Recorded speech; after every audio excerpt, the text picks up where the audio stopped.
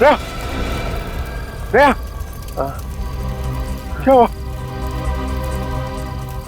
क्या हुआ? हाँ जी, हाँ देखो वो वायरस आई है ना?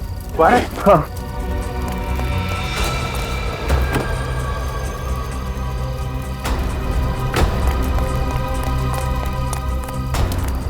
सर वायरस नहीं है। क्या?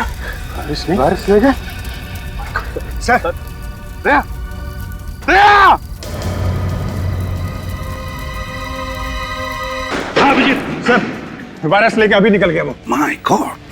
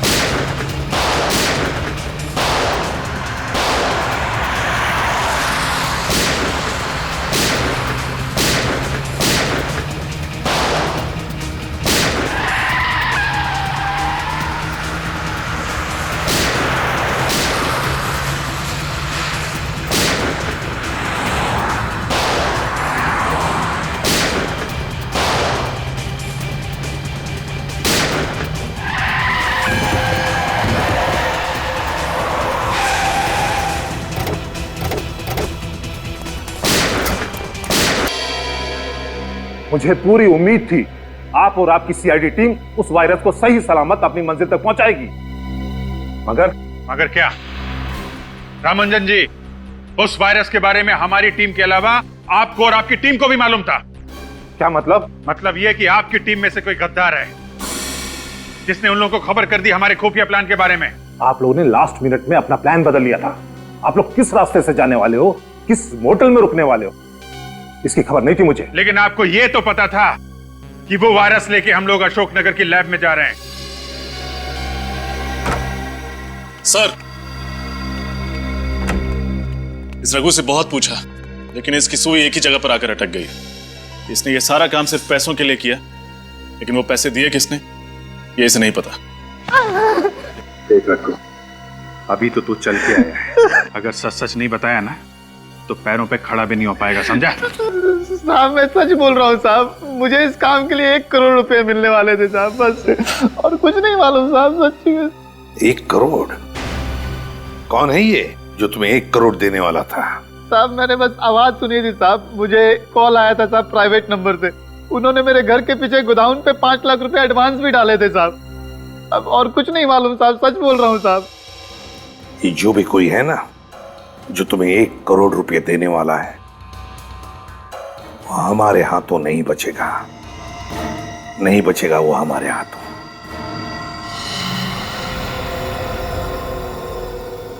.22 कैलिबर की गोली, दया सर की गाड़ी पर .22 कैलिबर की गोलियां चलाई गई थी। हाँ रजत, और इन गोलियों के नीचे रिम भी है, ये देखिए। रिसर्च लैब पर जो गोलियां चली थी उनके नीचे रिम नहीं था और ना वो .22 कैलिबर की थी, वो थी .45 कैलिबर की गोलियां। और सर इस हमले में ना तो ऑटोमेटिक गन्स का इस्तेमाल किया गया था और ना ही ज्यादा कैलिबर की गोलियों का। वही तो रजत, वही तो।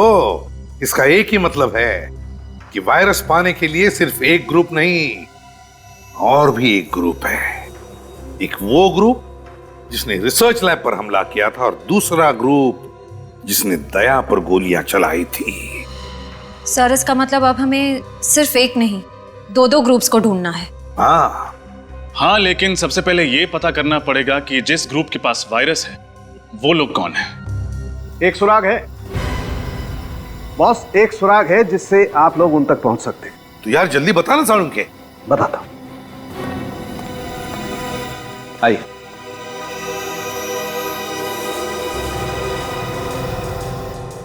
बॉस, ये उस बॉम्ब के टुकड़े हैं जिसका इस्तेमाल करके मुजरिमों ने उस वैन की धज्जियां उड़ाई थी। इस बॉम्ब में टाइमर के साथ साथ फर्टिलाइजर भी मिला है। लेकिन इसमें अनोखा क्या है सर? क्या अनोखा क्या है वो बता।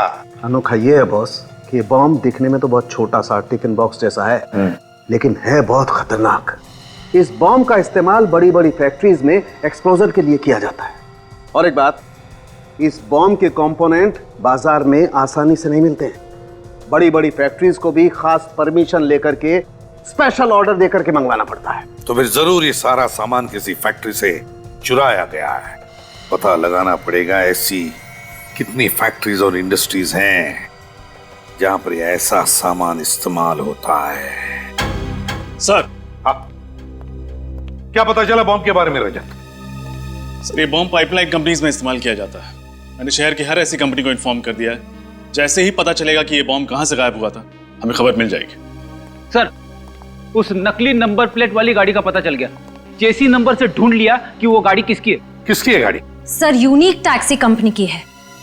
अच्छा, यूनिक टैक्सी कंपनी। सर वो वैन किसी ने बुक नहीं की, वो तो चोरी हो गई थी। क्या वैन चोरी हुई थी? हाँ सर, कल ही वैन चोरी हुई और कल ही मैंने पुलिस में रिपोर्ट भी लिखवा दी थी। झूठ तो नहीं बोल रहे हो? क्या सर, मैं झूठ क्यों बोलूंगा? एक तो मेरा इतना बड़ा नुकसान हो गया, ऊपर से आप मुझ पे शक कर रहे हैं। अच्छा, ये तुम्हारी वैन यहाँ से चोरी हुई थी? हाँ सर, यही वो जगह है जहाँ मेरी वैन खड़ी थी। यहाँ पे खड़ी थी?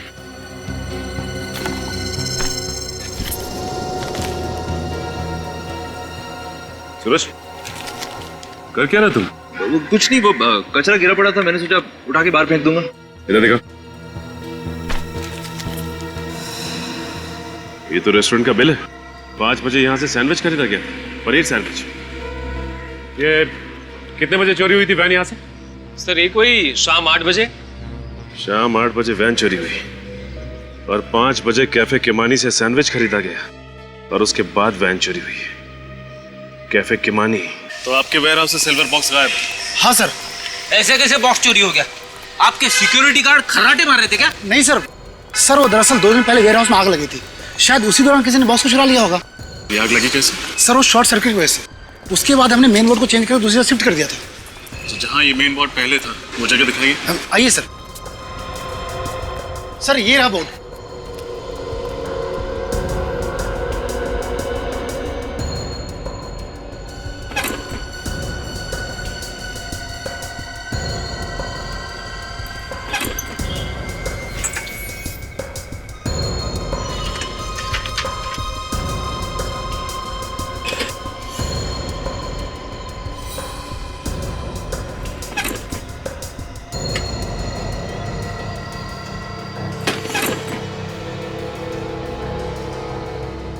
आग लगी नहीं, लगवाई गई है ताकि आग के बहाने सिल्वर बॉक्स चुराया जा सके। क्या आग जानबूझकर लगाई गई थी? जी हाँ, किसी ने जानबूझकर इस फ्यूज में ये मोटी तार लगाई है ताकि जब शॉर्ट सर्किट हो तो ये फ्यूज न उड़े और आग लगती रहे। मतलब जिसने भी ये किया है वो आतंकवादियों से मिला हुआ है। इस पावर बोर्ड पे जितने भी उंगलियों के निशान हैं, उठा लो।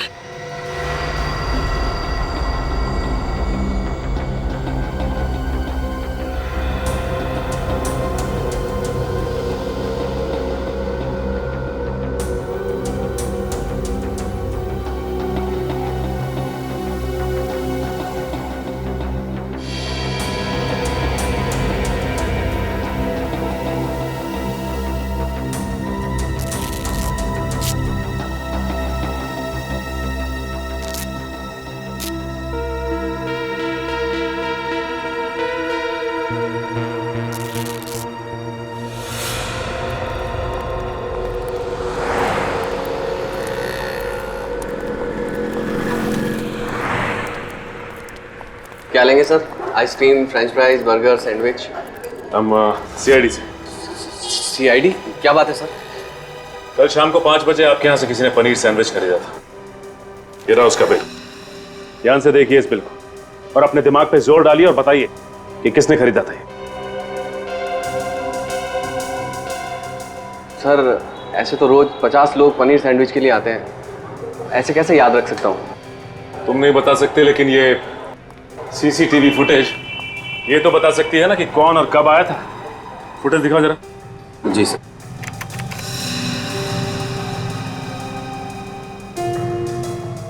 नहीं, ये 5 बजे का फुटेज दिखाओ।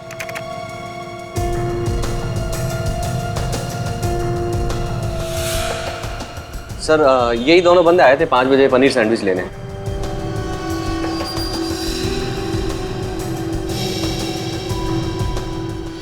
सर ऐसा लग रहा है कि एक आदमी ने दाढ़ी लगाई हुई है और ये दूसरे ने टोपी और चश्मा लगा रखा है। ओ, तो ये दोनों के दोनों भेस बदल कर यहाँ पे आए थे। ये फुटेज चाहिए हमें।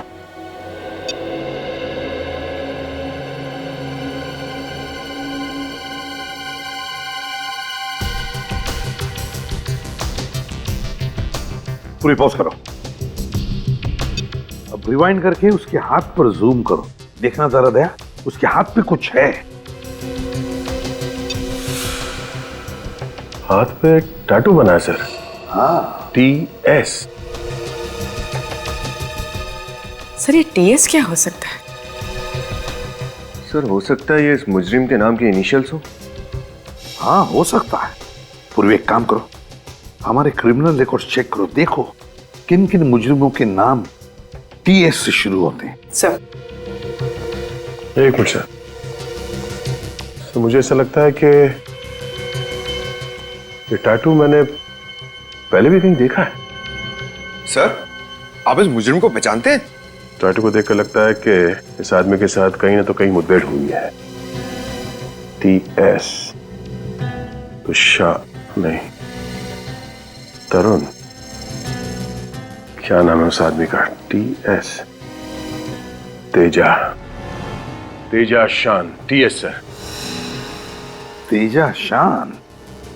तेजा शान। पूर्वी, इस तेजा शान की पूरी कुंडली निकालो, बताओ क्या है। हाँ सर। सर ये रहा। सर ये तेजा तो गाड़ियां चुराता है। अच्छा अच्छा अच्छा, अब याद आया।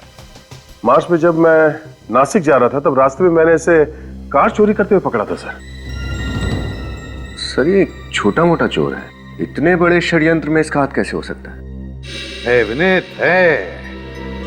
जिस तरह से इस खेल में रघु का इस्तेमाल किया गया, उसी तरह अब तेजा का भी इस्तेमाल हो रहा है। इस खेल में बहुत से छोटे मोटे प्यादे हैं और हमें चाहिए वो जो इन प्यादों को घुमा रहा है। सर हाँ सर, उस पाइपलाइन कंपनी के इलेक्ट्रिसिटी बोर्ड में जो उंगलियों के निशान मिले थे उसकी रिपोर्ट आ गई है। किसके उंगलियों के निशान है? सर वो किसी निमांशु नाम के आदमी की है।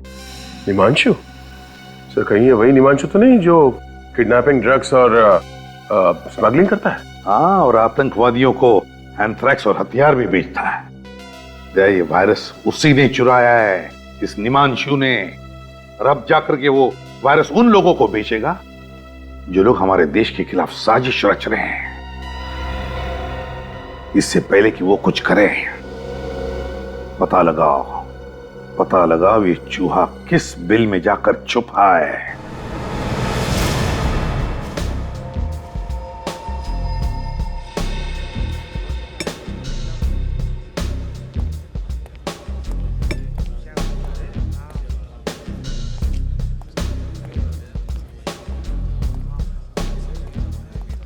सलाम सर।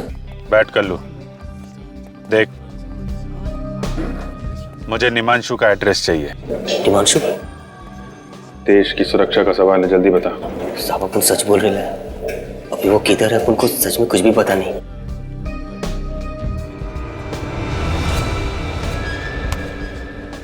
देख, हमें अच्छी तरह से मालूम है तू निमांशु के लिए काम करता था, इसलिए सब कुछ सच सच बता दे, वरना CID के हाथों एक खून हो जाएगा।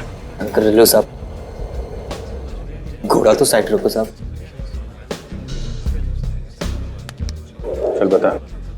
निमांशु का फोन नंबर, एड्रेस, जो कुछ मालूम है बता। सच्ची बोल रहे हो साहब, आप उनको कुछ नहीं पता। और साहब उनके पास एक फोटो है साहब, शायद वो आपके काम आ जाए। ऐसी फोटो? दिखाता हूँ साहब, ये देखो ना साहब।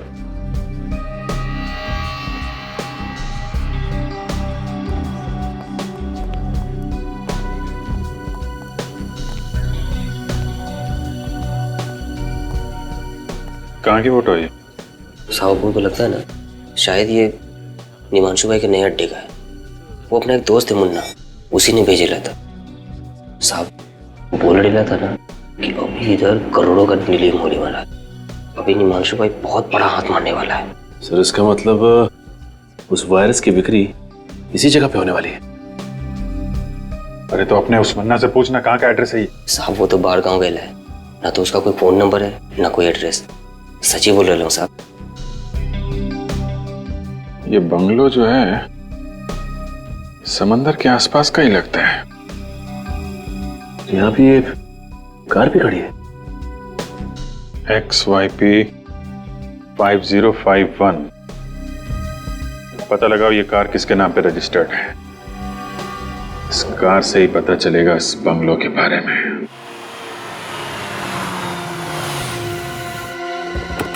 संभल के, निमांशु अटैक कर सकता है।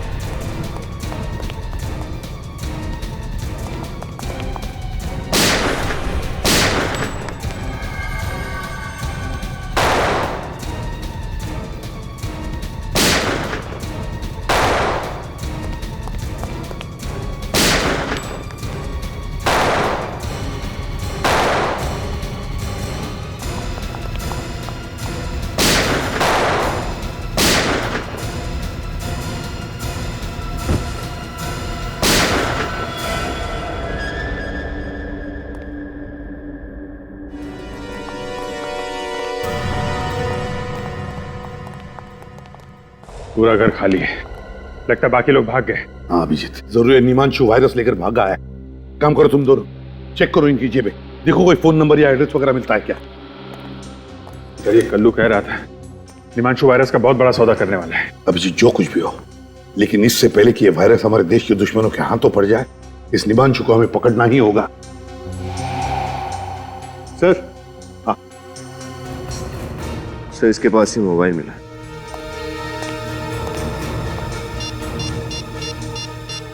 माय गॉड अभिजीत, ये देखो, इसने निमांशु को मैसेज भेजा है कि वायरस के लिए एक और खरीदार मिला है, उसे मैं खतरपुर फैक्ट्री भेज रहा हूं। एक और खरीदार? इसका मतलब ये निमांशु किसी एक गैंग को वायरस नहीं भेज रहा है सर, और भी लोग पड़े हैं इस वायरस के पीछे। ये निमांशु इस वायरस की नीलामी कर रहा होगा खतरपुर फैक्ट्री में। हाँ अभिजीत, एक काम करो अभिजीत, तुम अपने लिए एक नकली नाम, एक नकली आइडेंटिटी ले लो। मैं तुम्हें और निमांशु को एक मैसेज भेजता हूं।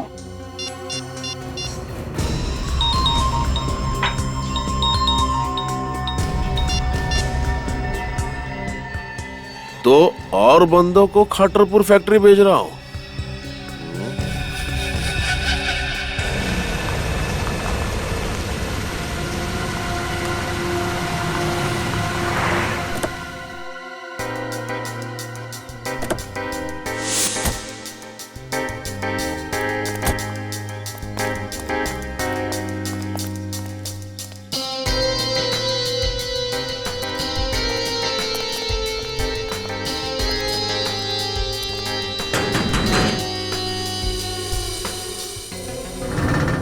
क्या हुआ? कौन हो तुम दोनों? हम मार्को है और ये मेरा छोटा भाई टार्को है। What's up? हम लोग वायरस खरीदने को आए। धीरे बोलो, धीरे। हम लोग वायरस खरीदने को आया है। ठीक है ठीक है, अंदर आओ। अंदर?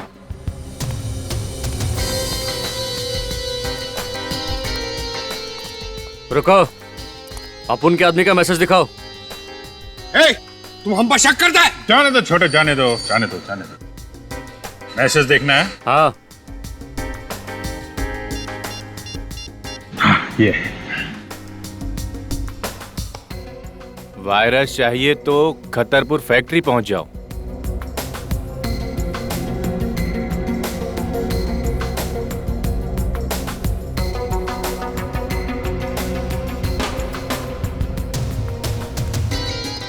एक मिनट।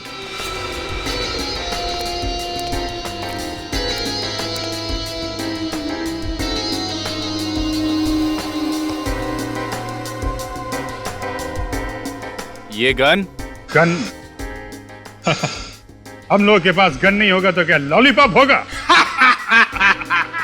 लेकिन यहाँ पर ये गन अलाउड नहीं है। अलाउ नहीं है? ठीक है, हम लोग यहाँ वायरस खरीदने आया है, गोली चलाने थोड़ी ना आया है। आ जाओ छोटे।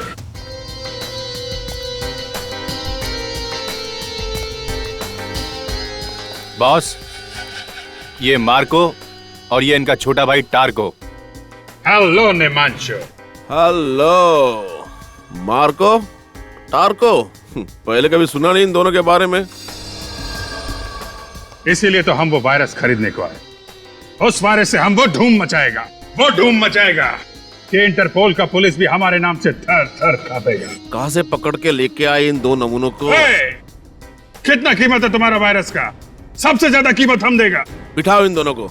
चलो अंदर आ जाओ। नमूना बोला तुमको?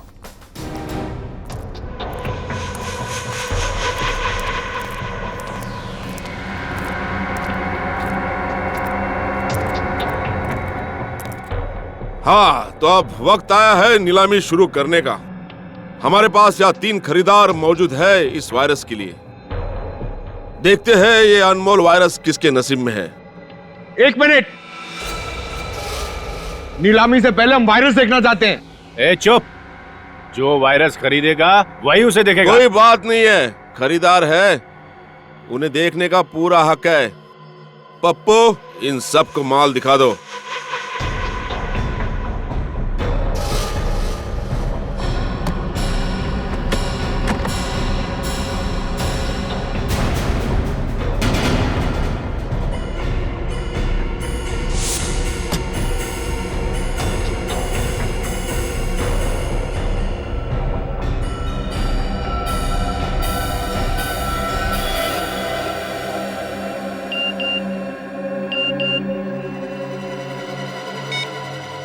वायरस यहीं पर है। हाँ, तो नीलामी की शुरुआत होगी 10 करोड़ रुपए से। चलिए, बोली लगाइए। 11 करोड़, 12 करोड़, 15 करोड़, 20 करोड़, 20 करोड़, 40 करोड़। हाँ, 40 करोड़, 50 करोड़,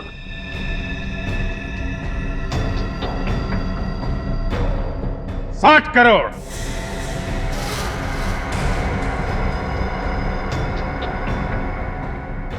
60 करोड़, बस 60 करोड़। इस अनमोल वायरस की कीमत तो 100 करोड़ भी कम है। कदरदानों, बोली बढ़ाइए। है कोई? 60 करोड़ 1, 60 करोड़ 2, 60 करोड़ 3। मुबारक हो मार्को और टार्को, वायरस आपका हो गया। पैसे लायो? कैसी बच्चों वाली बातें करते हो निमांशु? 60 करोड़ रुपए कोई पॉकेट में लेके घूमेगा? ये लो, मेरे इस मोबाइल फोन में अपना अकाउंट नंबर टाइप कर दो। 2 मिनट में तुम्हारे अकाउंट में पैसे ट्रांसफर हो जाएंगे।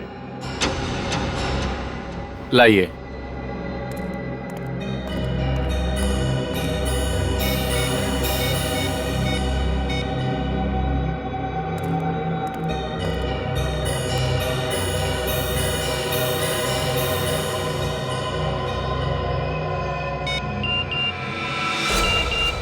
Let's go. मुबारक हो निमांशु, 2 मिनट में तुम बहुत अमीर आदमी बनने वाले हो। तुम्हारे साथ काम करके मार्को और डार्को को बहुत मजा आया। लाओ, अब वो वायरस हमको दे दो। लाओ। रख।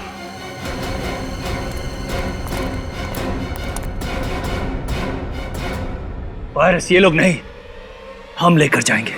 गन नीचे कर। ये ठीक नहीं है, गन नीचे करो। ये चीटिंग है।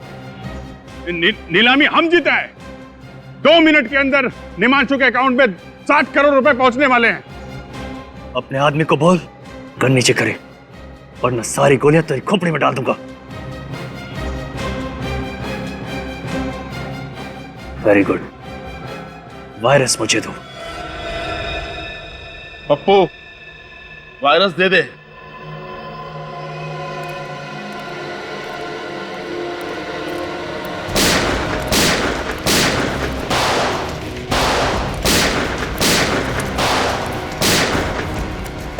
हाँ अभिजीत सर, वायरस लेके अभी निकल गया वो। My God.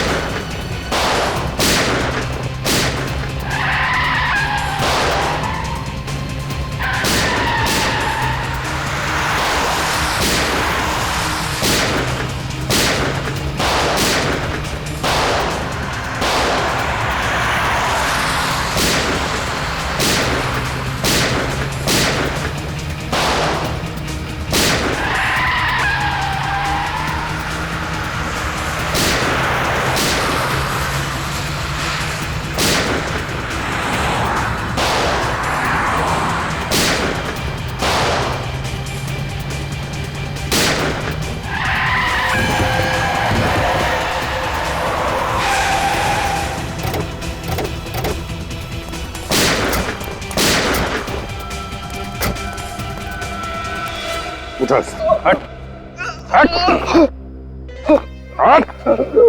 अभिजीत, इसका मुंह खुलवाते हैं, लेकिन पहले डॉक्टर के पास ले चलते हैं। चल चल चल। मुझे सच में नहीं पता था, आप वो लोग वायरस चुरा के खा लेके गए। ऐसे नहीं मानेगा सर, लातों के भूत बातों से नहीं मानते। अब आप लोग मेरा यकीन क्यों नहीं करते साहब? मुझे झूठ बोल के क्या मिलेगा साहब? एक आतंकवादी पर यकीन करें, एक देशद्रोही पर यकीन करें। साहब मैं देशद्रोही नहीं हूँ साहब, मैं तो पिछले हफ्ते इस गिरोह से जुड़ा हूँ साहब। अगर मुझे पहले पता होता साहब ये लोग देश को इतना बड़ा नुकसान पहुंचाने वाले हैं, तो मैं कभी इन लोगों का साथ नहीं देता साहब, कभी नहीं। फिर किसने कहा तुम्हें इस गैंग में शामिल होने के लिए? साहब पैसों के खातिर मैं इन लोगों के साथ जुड़ गया था साहब। अच्छा, तुम्हें पहले मालूम नहीं था कि ये लोग वायरस चुराने वाले? हाँ? नहीं साहब, ये लोग मुझे कुछ बताते नहीं थे साहब। मुझे तो आज सुबह तक ये भी नहीं पता था कि हम लोग वायरस चुराने के लिए एक बार फिर से हमला करने वाले साहब। फिर से? हाँ साहब। पहले कब किया था हमला? कौन?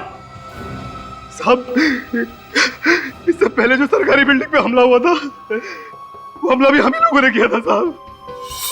सरकारी बिल्डिंग पर हमला किया था? हाँ? और कहते हो कि तुम देशद्रोही नहीं हो? नाम क्या है तुम्हारे बॉस का? है कौन वो? सब दामोदर नाम है उसका साहब। दामोदर? पूर्वी, हमारे क्रिमिनल रिकॉर्ड चेक करो, देखो क्या पता चलता है इस दामोदर के बारे में। सर, कब से प्लानिंग चल रही थी तुम्हारी इस हमले की? प्लानिंग तो तभी से चालू थी सर, जब से निमांशु के गिरोह वाले वायरस हमारी नाक के नीचे से निकाल के ले गए थे साहब। इस बात की जानकारी दामोदर उसके कुछ खास आदमियों को ही होती थी साहब। इसके अलावा मुझे कुछ नहीं पता साहब। कुछ नहीं पता सुन के हमारे कान सड़ गए। हाँ? ये वायरस कहाँ है बता दे, वरना तेरा क्या हशर करेगा कानून ये हम भी नहीं जानते, समझा? सर, दामोदर नाम का कोई भी मुजरिम हमारे क्रिमिनल रिकॉर्ड्स में नहीं है। सर, ये आदमी हमसे अभी भी झूठ बोल रहा है। इसने अपने बॉस का असली नाम अब तक नहीं बताया। अब मुझे तो उसका नाम दामोदर ही बताया गया था साहब। हो सकता है उसका नाम कुछ और हो साहब। उसकी शक्ल तो देखी होगी तुमने? हाँ साहब, देखिए साहब। तो फिर उसका स्केच बनवाओ, समझे? और अड्डा बताओ।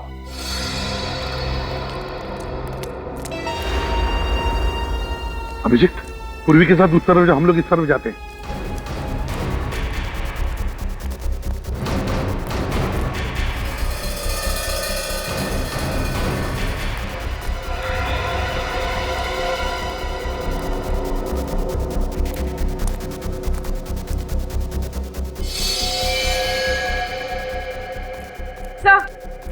हाँ। सर, कुछ भी नहीं मिला, खाली पड़ा हूं।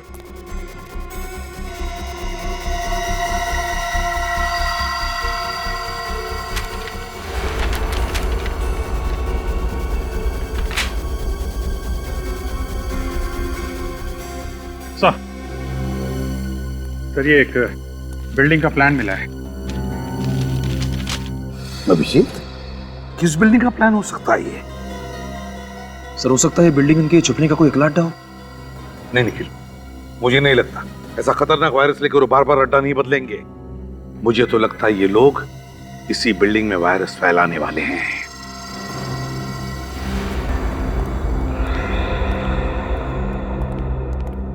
विनीत, पता चला किस बिल्डिंग का नक्शा है? नहीं सर, अभी तक नहीं। शहर की सारी कमर्शियल बिल्डिंग्स के नक्शे मैं चेक कर रहा हूँ सर। और हमारे पास वक्त बहुत कम है, कहीं ऐसा ना हो कि हम इसी नक्शे में उलझे रहे और वहां पर अटैक हो जाए वायरस का।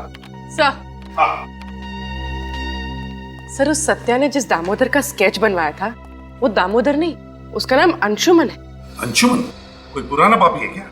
नहीं सर, अंशुमन कोई मुजरिम नहीं है, बल्कि एक आर्मी ऑफिसर था। What? Army officer? Army officer? क्या याद आया, 2008 में अंशुमन नाम के एक ऑफिसर को दुश्मन देश ने पकड़ा था और उसे मार भी डाला था। तो जरूर ये वही अंशुमन है, वही अंशुमन है ये। सर, मगर ये कैसे हो सकता है? एक मरा हुआ आर्मी ऑफिसर ये काम कैसे कर सकता है सर? सर, शायद ये दामोदर अंशुमन के भेष में ये सब कर रहा है, अंशुमन का चेहरा लगाकर। नहीं निखिल, ये दामोदर तो लोगों के सामने आने के लिए तैयार ही नहीं, किसी ने भी उसे देखा नहीं, तो फिर वो अंशुमन के भेष में क्यों आएगा? नहीं, ये अंशुमन मरा नहीं, अंशुमन जिंदा है, अभी भी अंशुमन जिंदा है। सर, अगर ये अंशुमन जिंदा है तो अपने परिवार वालों से जरूर मिलता होगा। पूर्वी, इसकी फैमिली का रिकॉर्ड चेक करो। सर, एक आर्मी ऑफिसर क्यों अपने देश के साथ गद्दारी करेगा? क्योंकि शायद उसके दिल में आज भी इस बात का गुस्सा है कि जब दुश्मन देश ने उसे पकड़ा तो हमारा देश और देशवासियों ने उसे बचाने के लिए कुछ नहीं किया। पर सर, ये बात तो सच नहीं है, सरकार तो पूरी कोशिश करती है उन्हें बचाने के लिए। हाँ पूर्वी, ये बात तो हमें भी पता है, लेकिन शायद उसे लगा होगा कि हमारे देश ने उसे बचाने की पूरी कोशिश नहीं की और इसलिए वो बागी बन गया। सर, सर, ये नक्शा होटल फ्री एशिया के नक्शे से मैच हो गया sir. Hotel free Asia?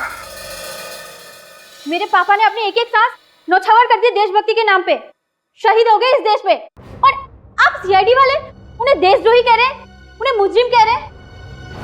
I'm sorry miss रिया, मगर सच्चाई तो यही है कि आपके पिताजी मिस्टर अंशुमान ने देश को धोखा दिया है और वो मरे नहीं, अभी भी जिंदा हैं और अपने ही देश के खिलाफ एक ऐसा षड्यंत्र रच रहे हैं, ना जाने उसकी कीमत आने वाली कितनी पुश्तें चुकाएंगी। ये नहीं हो सकता।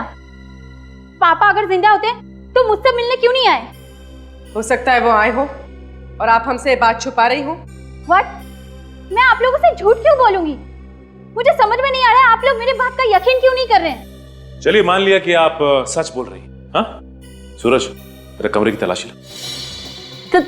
तलाशी? वो किस लिए? सच बोलने वाले तलाशी देने से कब से डरने लगे? आर्या जी? सर, ये मोबाइल फोन मिला, लेकिन इसमें इनके पिता अंशुमन जी का कहीं कोई नाम नहीं। कहीं कोई नाम नहीं है? एक काम करो सूरज, इस मोबाइल को अच्छी तरह से चेक करो। और देखो कि रिया जी ने सबसे ज्यादा फोन किन नंबर्स पे किए। सर ये 5 नंबर्स पे। 5 नंबर्स। पता करते हैं कि इनमें से कौन सा नंबर वायरस की नीलामी वाली जगह पर था।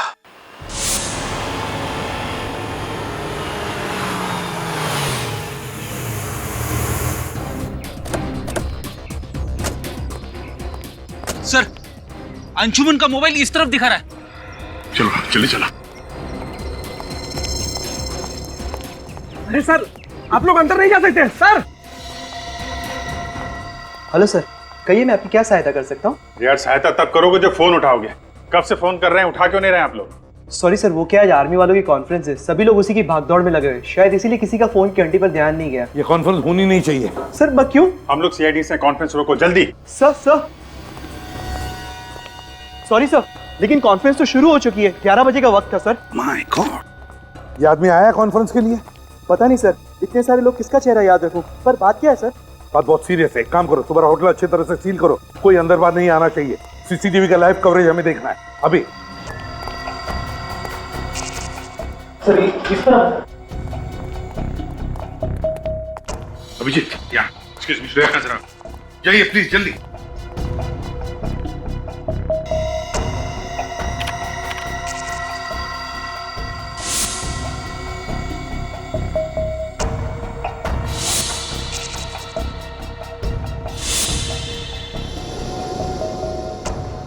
ध्यान से देखना, अच्छी तरह से। श्रेया, कोई दिखा तुम्हें? नहीं सर, ना ही अंशुमन दिखा और ना ही उसके गैंग का कोई आदमी। सर यहाँ पे तो मॉनिटर्स लगे हुए हैं, इसका मतलब होटल में जो कुछ भी हो रहा है अंशुमन को सब कुछ पता है। सर हो सकता है वो लोग कॉन्फ्रेंस हॉल के अंदर ही हो जहाँ वो फंक्शन चल रहा है।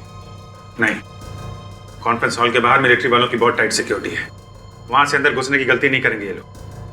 सर इसका मतलब वो लोग वायरस कहीं और से भी छोड़ सकते हैं। बिल्कुल श्रेया, बिल्कुल। वायरस है, वायरस कोई बॉम्ब या गोली नहीं। एक बार ये वायरस हवा में फैल जाए ना तो पता नहीं कितने लोगों की जानें चली जाएंगी। सर ये हवा में वायरस डालने का सबसे आसान तरीका है ये एयर सर्कुलेशन के जरिए। हाँ, air circulation. Shreya, air circulation room का सीसीटीवी दिखाओ। ये 2 लोग उसी एरिया की तरफ जा रहे हैं, स्टाफ वाले लगते हैं। नहीं, ये अंशुमान का आदमी है। सर वायरस की नीलामी के वक्त इसे मैंने वहां पे देखा था। तो इन्हें रोकना होगा।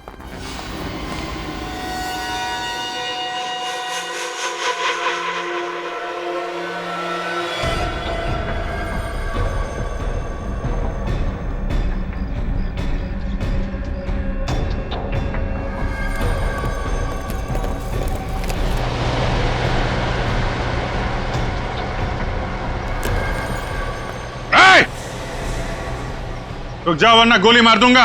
अगर हमें मौत से डर लगता तो वायरस फैलाने जैसा काम हमें नहीं दिया जाता ऑफिसर।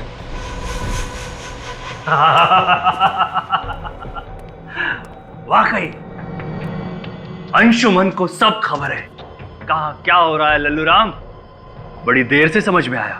शायद तुम्हें इस बात की खबर नहीं है कि सीआईडी तुम्हारे ड्रामे पर पर्दा डाल चुकी है।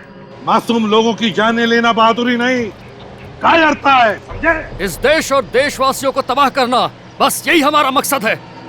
जब तक सीआईडी है तब तक तुम जैसे लोग हमारे देश और देशवासियों का कुछ नहीं कर सकते।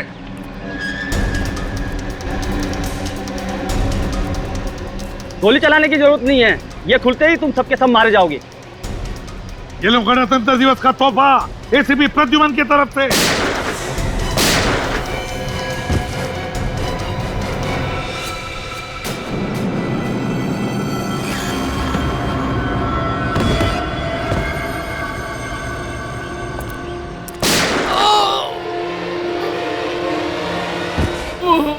Fantastic, great work Abhijit.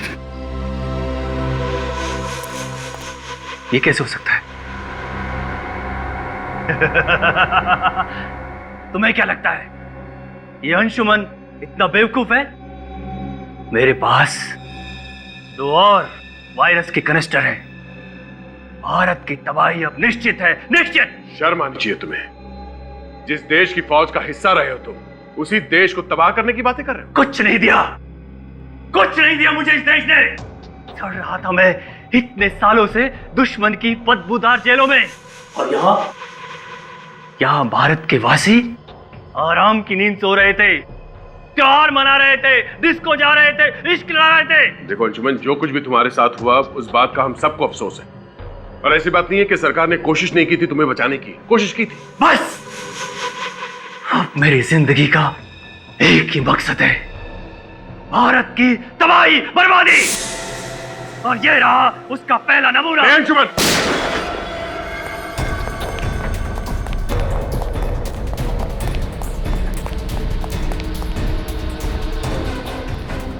इसे देखो अभिजीत, यह अंशुमन बहादुर सिपाही आज पीठ दिखाकर भाग रहा है।